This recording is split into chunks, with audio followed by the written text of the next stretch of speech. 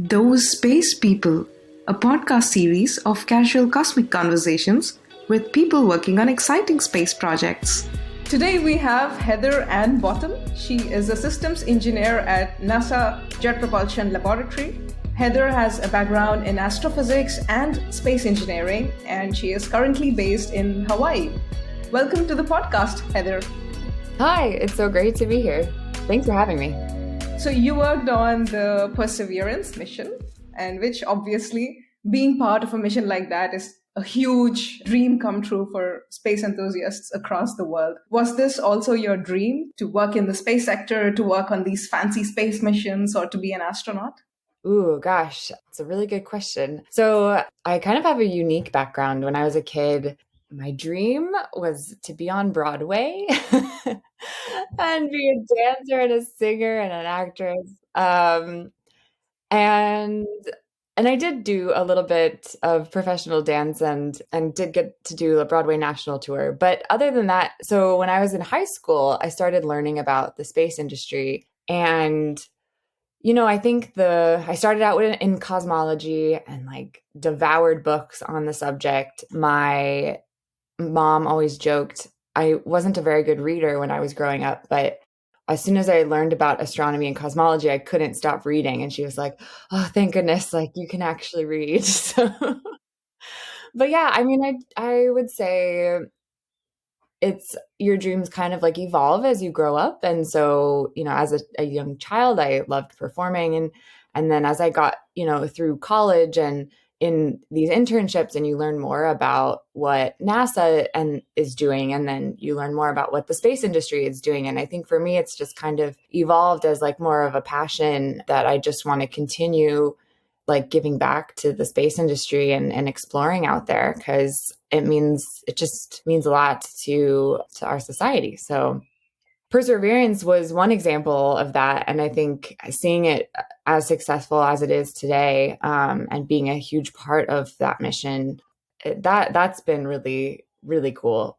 Yeah, it really is kind of like a dream. So, but yeah, and I'm excited now. I'm still keeping in touch with the Mars rover, but I am branching out and I'm joining some new missions at JPL. And I think now is kind of where it takes off, and I get to use some of the knowledge that I learned from Mars 2020 and give it back to these other big flagship missions or smaller scale missions that are getting sent up as part of the JPL docket.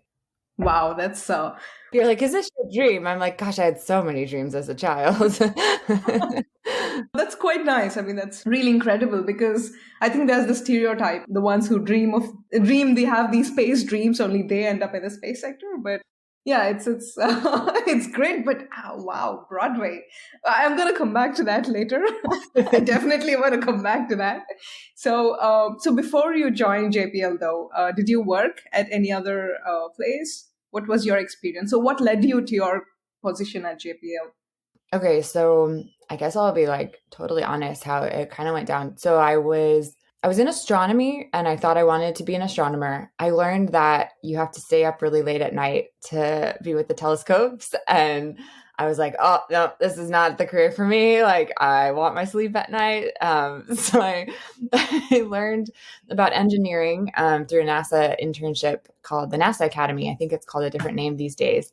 And I learned about engineering and decided to go to get my master's in space engineering. And from there, I was kind of on the track to get my PhD.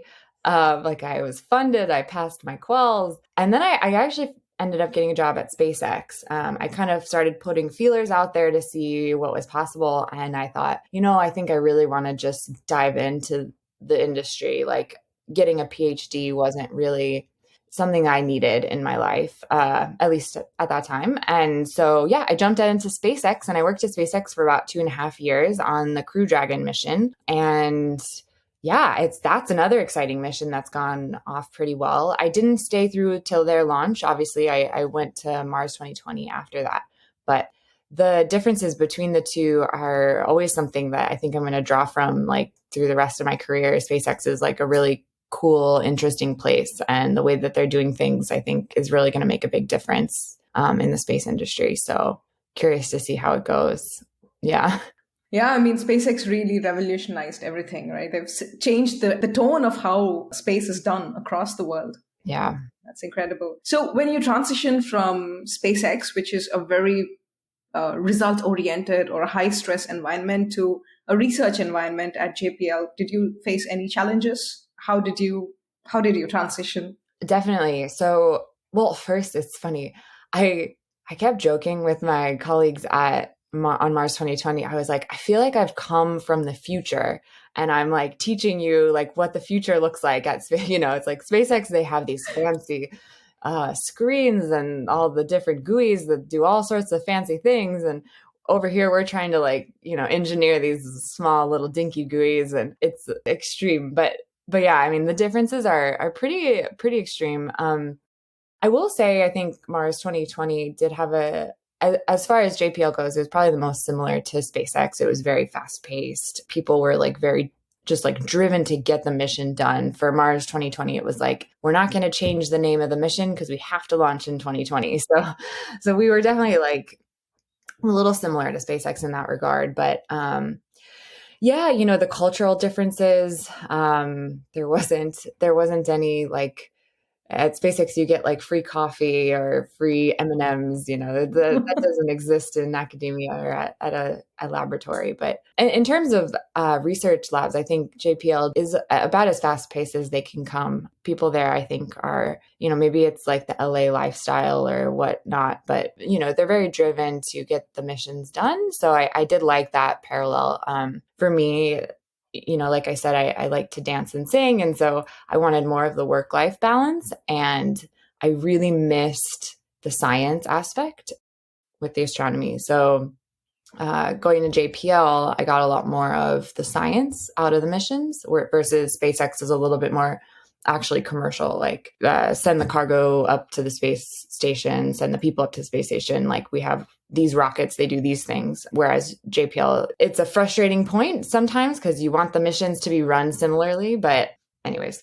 Currently, you are the systems engineer at JPL. So as far as I know, systems engineers are the ones who deal with a lot of documentation and a lot of boring paperwork. Is that a major part of your work? What exactly is your role as a systems engineer? It's so funny. So systems engineering is such a hard term. So I joke with friends. I'm like, oh, I feel like I'm a social engineer. A lot of my problems are bringing people together, making sure that the telecom systems lead is talking to the power systems lead and hearing them, understanding their problems, and then bringing them together so that we can find an adequate solution. And, so I'm part of negotiating. You want to just always with engineering, it's finding the good enough sometimes instead of the best answer, and always kind of working in the gray space. Whereas I think in traditional engineering, it's a lot of black and white, or sometimes in science, you'll see black and white. I think science can also be a little bit of gray space sometimes when it comes to data analysis. But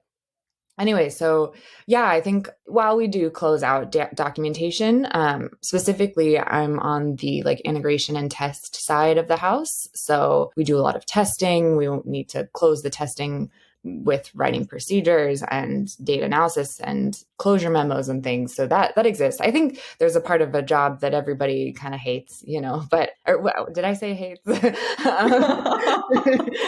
Tolerates, perhaps. Tolerates. There you go. That's so much better. Yeah.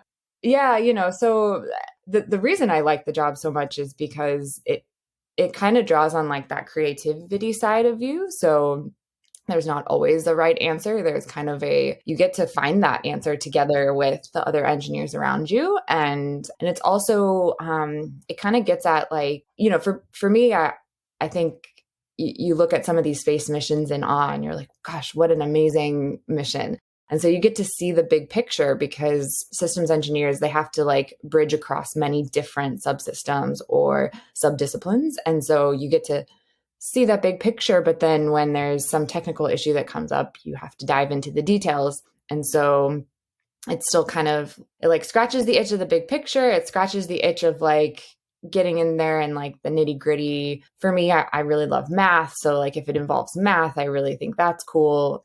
And yeah, so at JPL, there's all sorts of flavors of systems engineers. Sometimes they joke it's like a jack of all trades, but a master of none, which it's a loaded term, but I think it's something that I think I'm probably proud of, like that I can be a little bit multidisciplinary and jumping from trade to trade. And it's about the people. So I get to like meet lots of really cool and interesting people as well. So and learn from them. Did your time as a performer help you in any way navigating your career either at SpaceX or at JPL? I mean, that's so funny. I ask myself this a lot. I think as a dancer, you're very like physical, and as engineers, you're not as physical. So that doesn't really come over. But sometimes I think like the memorization aspect or like picking up steps really quickly. You're a visual learner, so I draw on whiteboards a lot, and I find that like it's a way to communicate. I think in terms of like putting on a show, that's where I think the parallels come in a little bit more common. So some of the testing I did on Mars 2020 was scenario testing, like day in the life. Like, okay, let's put the vehicle through its paces from launch all the way through landing and a couple of days on the surface. And we did a bunch of these scenarios on the flight hardware before launch. It was kind of like one of the final system tests. I think a lot of missions go through them. And I was the lead of these tests, and I found it kind of to be like the producer of like a show, right? Like I had to make sure you had the right people in the right places, that the procedures were getting written, or I mean, in my case, I had to write some of the procedures, so you kind of step in where you have to get the job done. And it's like this grand, big scale thing that you see come together. And then for us, like, we had the rover, it was like the star of the show. And so there's parallels you can draw between them. And so that kind of like orchestrating aspect, I know one of my friends is a musician, and he is on the entry, descent, and landing team. And he would always talk about entry, descent, and landing as like a type of orchestra. And you have all these different players that are playing with each other and against each other. And you have to like, and then you have a conductor. And I think he used to call like the computer, the main computer board, the conductor. So yeah, it's kind of a fun parallel to draw. And I think at JPL, because they do really honor the like work-life balance, that you come across a lot of people with these like multidiscipline or like artists and all funky kinds of things, it's nice. Yeah. Wow, that's really good to know. Work-life balance is really, really important. I completely get that. Is that a natural progression at JPL being a systems engineer? So is it usual that everyone starts out as an engineer or a scientist and then ends up in these system engineering roles? Oh, that's a good question. No, not necessarily. I think systems engineering is probably for like a specific personality, as somebody that really does want like the breadth and the depth. There's a lot of people there that stay as like thermal engineers for their whole career, mechanical engineers for their whole career. Robotics is really big at JPL. And so, yeah, so that's pretty typical. At JPL, they have like a couple different tracks, I think, for your career path. And this is kind of new to me because at SpaceX, when I was there, they didn't have like, oh, here's a career path for you. So at JPL, you can kind of become like a technical engineer expert or a technical scientist, or you can kind of like work your way up like the management chain, I guess, if you really wanted to. I'm not particularly sure which direction I want to go. I think I really enjoy like managing people, being around people, maybe because of that performing aspect. I don't know. But at the same time, I do enjoy the technical stuff. So yeah, I mean, we'll see what happens. But there's definitely different tracks, and there's a lot of people at JPL that will just stay like working in the specific subdisciplinary roles their whole careers. Yeah, and JPL has like different, they have these big flagship missions like Mars 2020, Europa Clipper, Psyche, those are the big ones right now that are coming up. But they also have smaller missions. They have research going on in the defense industry, in astronomy and astrophysics as well. So there's a lot.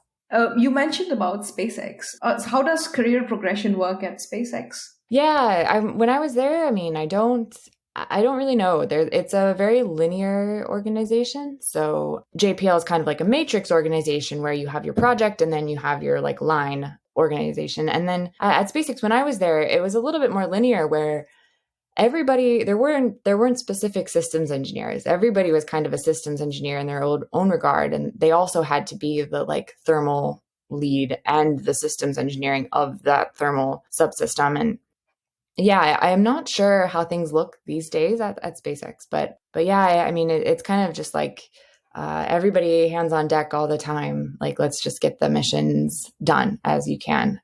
Elon would sometimes have different priorities at the company. He would say, Crew Dragon is our priority now, or the Falcon 9 Heavy is our priority now, and you would kind of adjust as you needed to. Yeah, I mean, given that it's SpaceX, I can only imagine that it's more spontaneous and constantly reorienting and evolving on an everyday basis. Do you miss being more of a hands-on engineer now that you're a systems engineer? Do you miss getting your hands dirty on hardware and all that stuff? So I think that actually in the work I get to do, I still do some hands-on work. I started out after college doing thermal engineering, which is not particularly hands-on. I've never really, I wouldn't say I've never really missed it. These days I'm in the test bed a lot, so I do get to do a fair amount of testing with the hardware.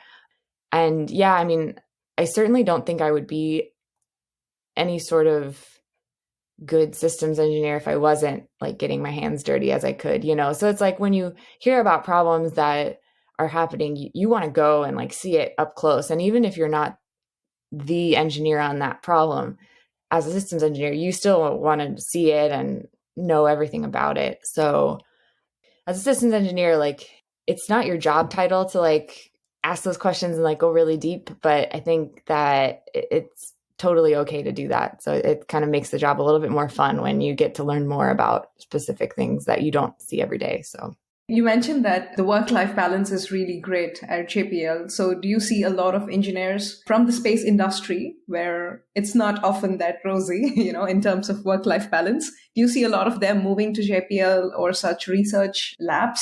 Yeah, I've seen a fair amount. Like I know a couple of people from SpaceX that have moved over to JPL. And, I say it's a good work-life balance. I think it is what you make it, like it with any job, but they at least are a little bit more understanding. And, if you need to take the day or whatever it is, that they'll work around it. And, your family's important too. So, but yeah, I mean, it's funny. I think when I joined SpaceX, I thought for a little while I would be more drawn to like the commercial companies or like the startup companies in space. And for whatever reason, maybe it turned me off to it, but I do kind of like the structure that exists at JPL. And, if that is for people out there, then it's a good place to work. And I can't speak to other NASA facilities though. I don't know how it is at other NASA facilities, but that's been nice. Speaking of employees and contracts, right? You are part of Perseverance and a bunch of other missions you're going to be part of. So how are people employed at JPL? Do they work on a contract basis? For example, at the German Aerospace Center, there are very few permanent positions. So most people are employed on a temporary basis, and every 2 years or every 4 years, they get an extension. And then you're involved during that period in a few missions. Right. So how does all this work at JPL? Oh, yeah. So there are some companies that are contractors that JPL works with, and you're there like on a contract basis. But yeah, if you're employed through JPL, you're actually an employee of Caltech. And I mean, it's not like a tenured position where they cannot fire you, but it's more or less a job, right? Like, and it is. They don't just like fire willy-nilly here or there. SpaceX, there were like mass layoffs that occurred, and everyone's like, oh, am I going to be next? So there was a little bit of fear of that when I was there. But yeah, I think in general, I mean, there's an upside and a downside. I think sometimes at JPL too, you come across people that might be difficult to work with, and you think, oh, like maybe they shouldn't be here anymore or whatever. the way the JPL works, sometimes they'll like move you to a different position that would be better suited for your strengths. So in a way that I appreciate that sort of thing, because they're constantly trying to like keep people around because they see the longevity of like having somebody there for a while. Obviously, JPL, all the engineers and the scientists at JPL work on these amazing, super iconic missions. So what backgrounds do they often come from? Are there any mandatory degrees all of them have, or do they come from a variety of backgrounds? Yeah, I think it's a variety. I know like I have a master's degree, but a lot of people I work with have bachelor's or master's. A handful have PhDs as well. I'll say I don't really know. Like, I don't think it really matters all that much. I think certain positions, like in the science directorate, you might need like a PhD for. JPL has postdocs and interns as well. And so there's kind of just all sorts of people there. And it's really nice. So all different flavors. We also have foreign nationals. I think right now there's not as many. They kind of go through like a hiring freeze every so often with the foreign nationals. But yeah, there are people that exist there that come from all over. How does JPL decide on which missions to work on? How much say do the engineers or the scientists have in picking which missions to work on? The flagship missions, I think, kind of come from like the decadal survey and, what emphasis NASA puts on these big missions. For smaller missions, there's like a proposal process that you can propose to at JPL, and you can form little teams and then propose and then build your team up from there if you win. They also have something called Team X. Have you heard of this, Team X? Is it like the Boston Dynamics kind of super cool, crazy stuff? No, gosh, yeah, no, I would love to hear more about that. No, it's kind of like an incubator where you can bring your mission, and you're like, oh, this is my mission. And then you have like, telecom, power, thermal, attitude control system, science person, and everybody kind of just throws out ideas, and you have like a day's worth, and a systems engineer, and you just kind of try to like put it all together in a day. And then out of Team X, sometimes that helps them like bring them to proposal space or, any sort of iteration from there. I've never participated. A couple of friends of mine have, and it sounds really cool. I haven't been bold enough to come up with a mission of my own, or even like build a team up for a mission. So we'll see how it goes. But wow, that sounds incredible. I mean, it sounds like a better version of these university ideas that we have. We all have these grand ideas at university, and not much experience nor the support or the funding. So this is wow, this is incredible. Yeah, I mean, I guess it's true. Like, when you're in college, you're like, oh, I'm going to do this, or I'm going to have this mission, or yeah, I mean, if your ideas go far enough, then it's a good place for that. So, and I should say, I think with Team X, they do welcome like external people to propose and bring your mission forward. So I don't know how it works. I'm sure you could Google it, but yeah, I'm sure they accept proposals for it, and you can like figure out your mission. Wow, that's super cool. I also keep hearing that a lot of astrophysicists end up on the Wall Street, working for the Wall Street because they're so good at processing complex data algorithms. I'm asking you this because you have a background also in astrophysics, right? You must know a fair share of astrophysicists. Yeah, no, it's funny. It's because of like the data analytics, right? Or like there's like this big data thing. Oh, go work for Netflix or something. And no, my husband's an astrophysicist, and when we were in grad school together, I knew a bunch when I was there as well. I started working on like an astrophysics balloon mission, and a lot of the folks there, there's I think a handful went over. Yeah, they're either working for like some sort of Wall Street. So I do know a couple that did go over and work for Wall Street, and yeah, I mean, it's kind of unfortunate, but I think, you have to decide what's important in your life ultimately, and where you kind of want to go after grad school. So if you gain those skills, then, maybe you can move on. But yeah, I think astrophysics is kind of a hard one because when you when you get a degree in it, you either have to pursue it fully and like become a professor or become a full-time researcher in it, or what do you do really? And so I think that's a tricky one. I think with engineering, there's a lot more commercial applications to it. And so, you can kind of go to different areas. Are you, sorry, if you don't mind me asking, are you an engineer by trade or? Yeah, so I'm trained as an engineer, and my background is embedded systems. I think I've just taken like probably 1 or 2 courses during my undergrad in astrophysics. So all I know is how a star or a planet is formed, and my knowledge ends there. Yeah, it's cool, right? I think it's very cool. It's a tough career for sure if you want to make of it. Yeah, it's incredible, right? It's fascinating for me. I think it's tries to basically get to 42. If you're getting the hitchhikers reference I'm trying to make, right? So it tries to formulate the question, or I don't know, arrive at 42 somehow. I'm sure it must be a very transcendental kind of a very philosophical experience for all these people.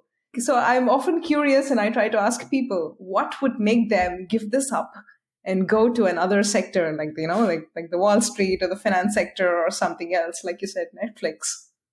I know, isn't that funny? Yeah, I mean, what would have you leave? I think too, like for me, I kind of transitioned careers from like dance into like the space industry. I think I always knew I really wanted to go into more space, but then, at that time I had to ask like, oh, what would I do to leave dance? And for me, I kind of wanted more stability in my life. And so, but even here, I think sometimes you get lack of stability, especially with like astronomy, where you have to constantly be finding your own funding or finding a new job or a new postdoc job. Yeah, it's not as cushy as you might think. And then, so maybe people just didn't want that uncertainty anymore. And they just wanted something that they knew, if I do this amount of work, I'll get this amount of money or maybe more, and it's fulfilling enough and it is interesting and it uses my skills, and maybe that's all they need. But yeah, I agree with you. I think it's kind of like, people that I meet in the space industry, they're very passionate, whether it's like they're passionate about their research or they're passionate about space or the missions. They're like very passionate people. I found the same thing with like the performing arts industry. Everybody's like very passionate about what they do. And so I think that's kind of a nice parallel. But yeah, meeting people, they always have a lot to say about their research, and they could go on and on and on about it. And I know like a couple of my friends that, they went on and got PhDs. I'm like, oh, what was your thesis about? They're like, well, do you really want to know? Like, I could talk about it for like hours. Yeah, yeah. Speaking of space sector and other sectors, so do you see people from other sectors, like non-space sectors, also coming and joining JPL, NASA? That's a good question. I think at least for JPL, again, because it's kind of in LA, we have seen a couple of people that come from the entertainment industry. Oh, wow. But not into, I mean, I guess some people will become like engineers. Some of them will, they join different areas of JPL, like, I don't know, like the outreach department or HR or something like that. Like you see a lot of people that may have held jobs also at like Nickelodeon or other kinds of things. But yeah, I've heard a lot of musicians. So I know a lot of musicians that were on Mars 2020. One guy, I think he played the tuba in New York City, and yeah, so it was very fun talking with him sometimes, and like pianists and things. And we would have like cast parties, and people would be like playing the piano, and it's just totally beautiful. So yeah, lots of talented people for sure. I've heard there's like a doctor that like a medical doctor, but I have not met that person. So, but it happens, I think, across the industry kinds of things. And, if it piques your interest enough, I think you're able to get someone to stay. Wow. So these people, they go back to university and do a course on space engineering or something related to space and then come back and work here, is it? Yeah. Yeah, I think you need to have some sort of like degree to ground your employment. Yeah. How is the work atmosphere at JPL? Is it like a very close-knit community? Like, your spouses are friends with your coworkers and all the families hanging out together. So how does that look? That's a good question. Yeah, I mean, I think it's kind of like it's actually a nice balance. So you can kind of make of it what you want. I know like Mars 2020 was a huge mission. So we had like a systems engineering team, and on that team I definitely knew other systems engineers, and our spouses were friends or at least knew each other. But I would say like within the Mars 2020 systems engineering team, which is like a small cohort, we didn't get to branch out as much and like meet people from other areas. My husband used to work at JPL as well.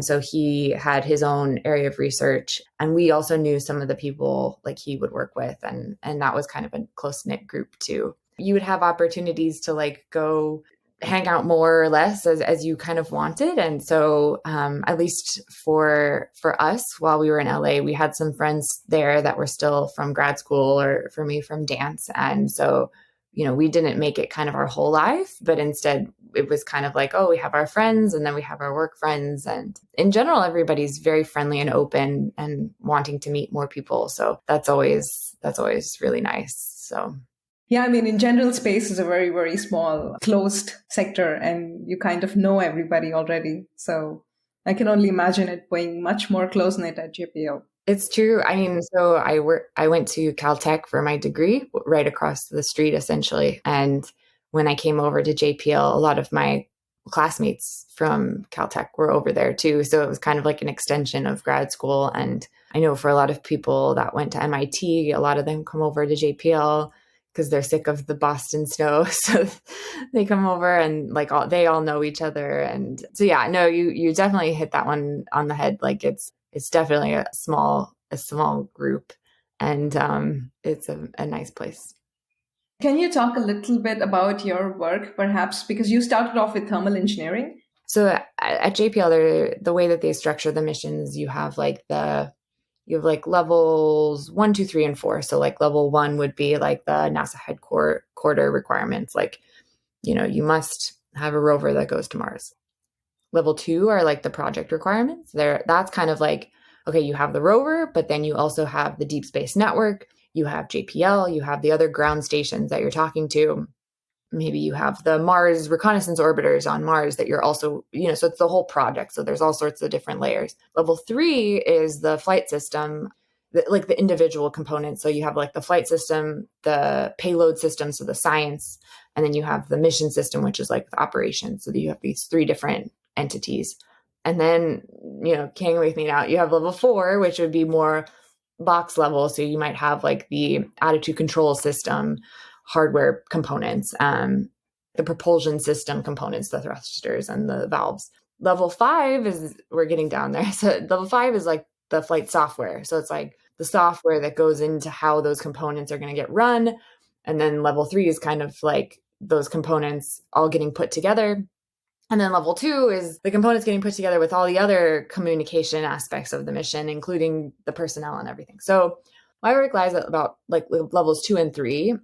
I would say kind of flip-flop between the 2 right now. And I did on Mars 2020 as well. So a lot of it is like looking at the requirements and the design of the flight system and testing the different parts in like a functional way or a scenario-based way. And then, so, you're working with the hardware, but you're also working with the software. And like we run into all, it's part of like integration and test. So you're like constantly making all of these things come together.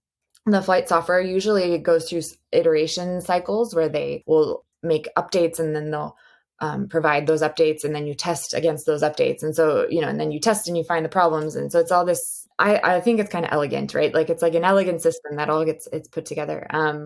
But yeah, so most recently, I would say it's mostly like the flight system. So on Mars 2020, I worked with like they had 3 different stages, the rover, the descent stage, which brought the rover down to the ground, and then the cruise stage, which got the rover from Earth to Mars. And that gets jettisoned before the rover lands.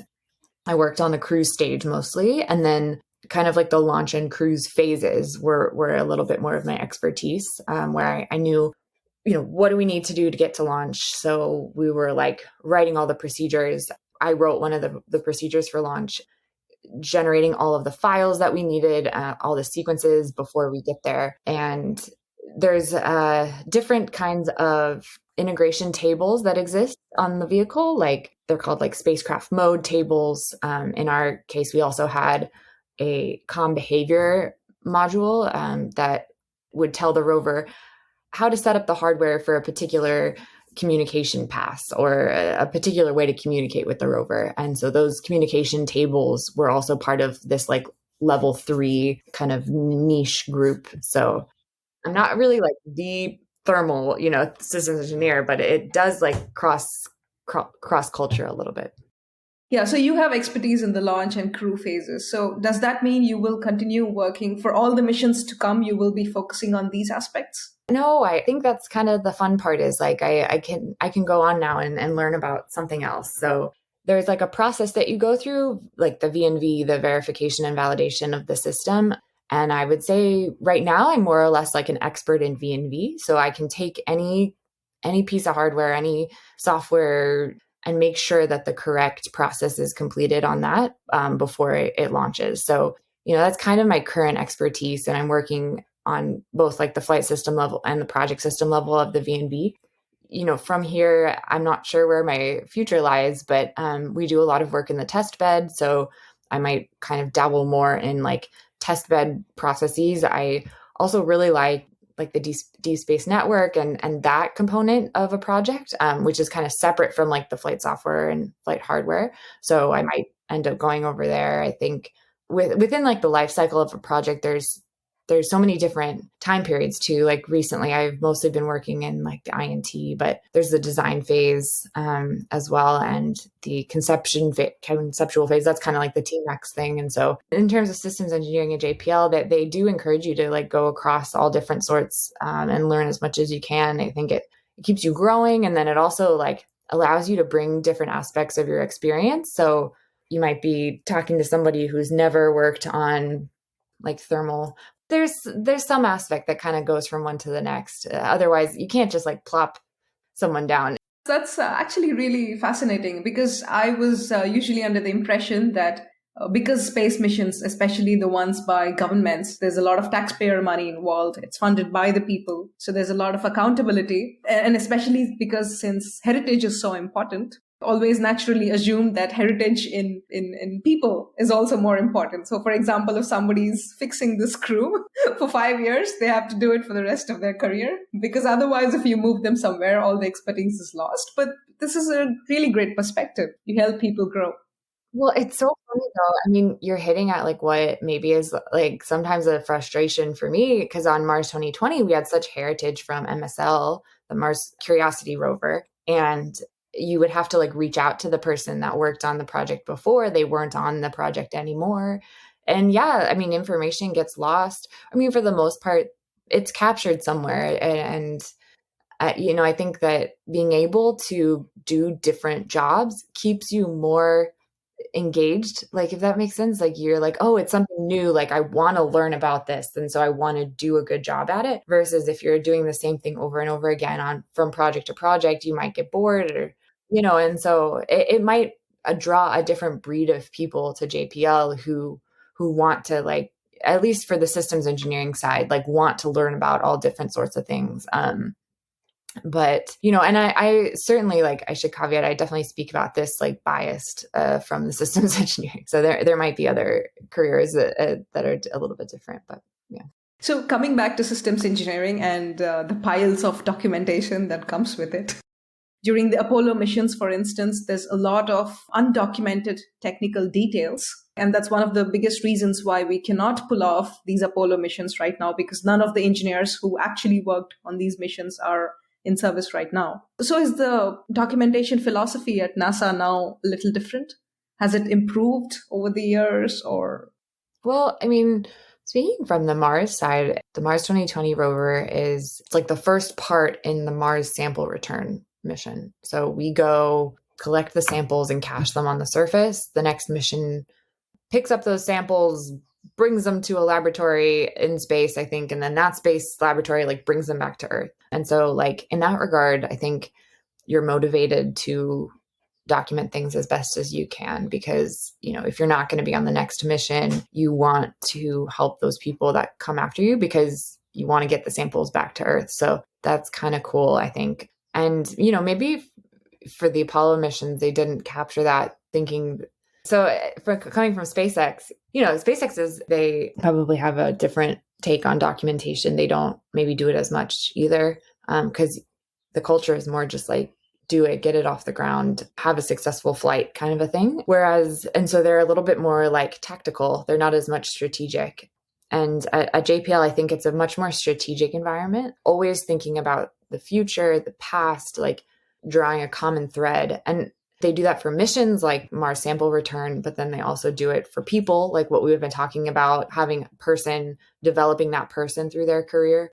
Whereas, at SpaceX or maybe during the Apollo days, it's more just like do and go forward and don't really look back. And so, I think there's probably pluses and minuses to each approach. And it's just particular your preference, I think. The other day I read the speech, the Apollo speech that was like, if they had crashed, what the world would have been like. There was like a speech that was prepared for if they crashed. And, you read that and it's like so eerie to think about how different like the world would be. And, you never know. One of the leads of the Mars mission said that they also had like a crash speech prepared if crashed. And but they even like dress rehearsed a crash press conference. Wow. I knew that they would have backup speeches, but not dress rehearsals is really being very professional. The reason I was talking about documentation is I did one episode with Alice Gorman. She's a space archaeologist. So her Twitter handle is called Dr. Space Junk. Wow. That's funny. Yeah, she's even written a book. So in one of the previous episodes, she was talking about how looking at cable ties in one of very long forgotten missions, so they could deduce a lot of information that was undocumented just by looking at these discarded cable ties, the way they were cut. Like, for example, one of them was burnt, one was cut, and one was just ripped apart. So that means people were in a real hurry at one part of the mission, which was completely undocumented. Wow. So part of her work is also this. So she goes into and she tries to unearth a lot of missing information about space missions. So that's super fascinating. So since then, since that episode, I'm a little obsessed with documentation, actually. So every time I document my code or write an ICD for the customer, I'm like, wow, what would a space archaeologist 50 years from now or like 100 years from now infer from my document? Yes, it's like that strategicness to it. Like I think JPL has a little bit of that paranoia too, where you're like, if someone's going to see this, so many years from now, what are they going to say? I mean, we would write waivers to processes or requirements that, you just have to say, it's just, you have to just be honest with what you did. I think it's not, it's not necessarily like, oh, I'm a bad person for like bending this rule. You just justify why you bend that rule. And then, if it makes sense to those that agree, because it's always good to like run your ideas by other people, which is why, you don't always, you always have someone else approve your data reviews because if it's not just you. So it's a regular practice, right? Every time you're assembling, disassembling, no one does any fragile things or highly critical things alone. It's always done in pairs. So that's yeah. Okay, so I've taken a lot of your time. I would love to meet you again, have more in-depth chat and about a lot of things. I will leave you with just one last question. Heather, if students or young space professionals or enthusiasts want to reach you, what's the best way to do so? Yeah, you can email me at NASA. It's just heather.bottom@jpl.nasa.gov. Unfortunately, I'm not really that active on social media. Thank you, Heather. You've shared a lot of fascinating information about life at JPL and about your incredible work. hope we can have another episode again and talk a little bit about your short career as a performer, which is like super fascinating. I've never met a space professional who had a previous career as a performer, so that's incredible. Oh, thank you. It was so nice to meet you and to be on here. I'm like touched and I'm so excited for the podcast. So yeah, it's been a pleasure.